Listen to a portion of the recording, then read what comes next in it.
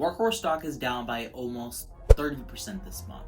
This has everybody worried on where Workhorse is going next. So, let's talk about it. If you're new here, my name is Greg, and I make videos about the stock market and options trading.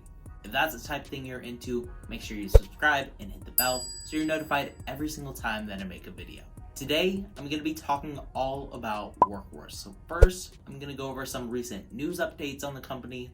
Then, I'm going to tell you what I'm expecting next from Workhorse and give you my price targets. And finally, if you stick around all the way to the end of this video, I'm going to tell you my plans for Workhorse stock. So, let's get into it. The news on Workhorse has been pretty dry as of recently. We usually get a ton of great updates on their company pretty much every single week. This typically ends up sending their stock to new highs. But as of recently, at least over the last couple of months, we really haven't heard much of anything. After the USPS contract fell through, not being announced on October 13th, like everybody was expecting, Workhorse fell from a price of $31 all the way down to around $15. That's a 50% loss. This ended up scaring a lot of investors from buying back into Workhorse, but there is still some optimism on this company.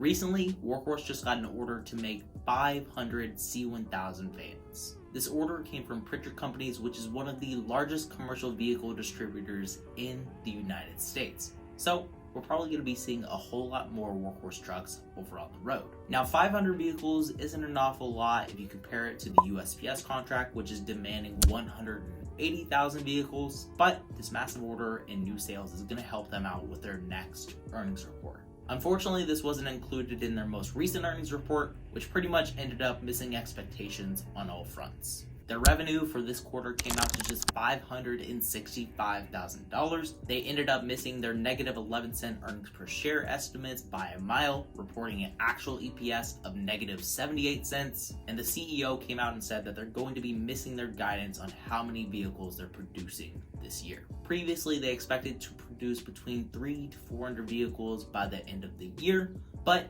due to COVID-19, they won't be meeting this guidance. Around 36% of their staff has been affected by COVID, either infected with it or in quarantine right now, so I'm guessing that working with under 2/3 of their entire staff is really what's slowing down production right now. Despite all of these awful numbers though, the CEO did give us some good guidance for next year. He set the bar for vehicle production even higher for 2021, expecting to produce 1,800 vehicles. Now, they're definitely nowhere close to their production capacity of 60,000 vehicles, but they are planning to start automating the process to make it that much easier for them. If the USPS winner is announced soon and Workhorse ends up getting a majority of the contract, they're really going to need to step their game up. Now, I have no idea on when the date of the USPS winner is going to be announced. The USPS has said that it's going to be announced by the end of the year. So for now, I'm just assuming December 31st. If you have any ideas on when this might happen, leave it down in the comments below. Now, I've said this before,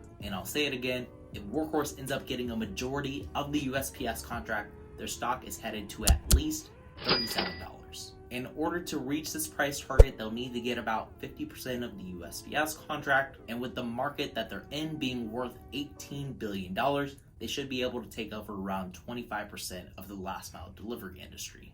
Multiplying that 25% by 18 billion would give Workhorse a market cap of $4.5 billion. Just for reference, right now they're worth about $2.5 billion. So this would represent an 80% increase. This 80% increase would increase their stock to over $37. The markets aren't completely rational, so they could overshoot this or they might undershoot it, but this is just my average expectation right now if they get the USPS contract. But if they don't, then their stock might be heading down to $10.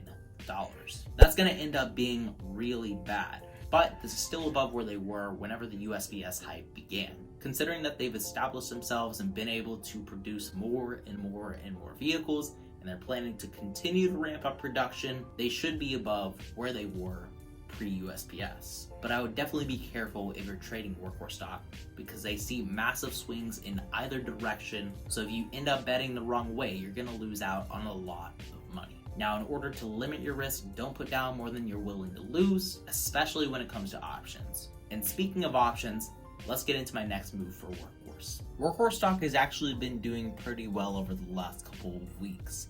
If we zoom in, their stock went from a bottom of around $15 and now they're trading right around $19.65. So this is a 30% gain that they've seen over the last couple weeks, which is really good to see as someone who holds a whole lot of shares. Personally, I ended up buying Workhorse a couple months ago, and if we go over to my Robinhood, search for Workhorse, you'll see that I bought 140 shares for an average price of $16.89. The way that I was able to do this was by first selling a put option on Workhorse for the $16 strike price. I ended up being filled for this, giving me 100 shares for $16, and then I've been selling premium with those shares, and I've essentially gotten 39 shares completely free, since other people are paying me premium for these options. And if we go over to their option chain, right now, the options for Workhorse are extremely cheap in comparison to where they were a couple of months ago whenever their stock was trading at around $25. The options that are at the money right now are going for $140, which is dirt cheap. Before, they were going for around $180 all the way up to probably around $240. So right now is a really good time to be buying Workhorse calls.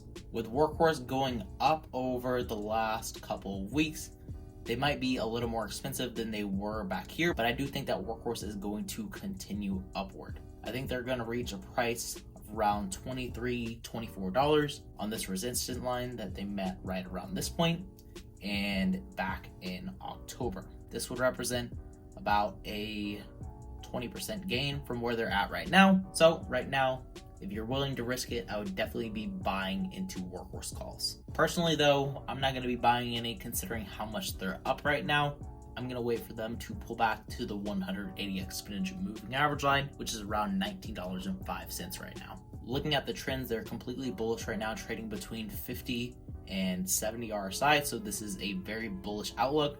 The MACD is still headed up, so it's very likely that we're going to see it continue trade up to around 23.50, and this is likely optimism on the USPS contract. Now we have no idea when the USPS contract is going to be announced. It could be this month in November, or it could be all the way on December 31st. I think if the USPS contract gets delayed again after December 31st, then Workhorse stock could fall similar to what we saw here in October. Hopefully it doesn't come down another 50%, sending it to around $10, but that is a possibility. So my plan of attack for Workhorse is to either wait until they come down to around $19 and buy a shorter term call option, maybe a 2-month, 3-month expiration date, and then ride the wave up before the USPS contract winner is announced. But if Workhorse continues to trend up from where it's at right now, then I'll probably just end up selling premium on my 100 shares and selling some options expiring for next month.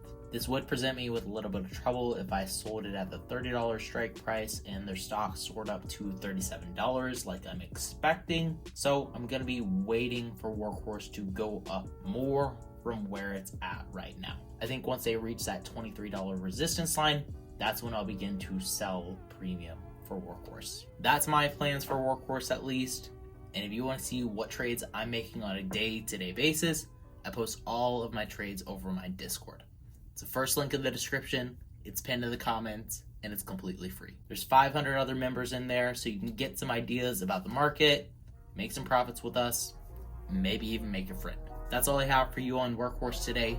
Thanks for tuning in, and as always, remember to stay positive, stay green. I'll catch you in the next one. Bye, guys.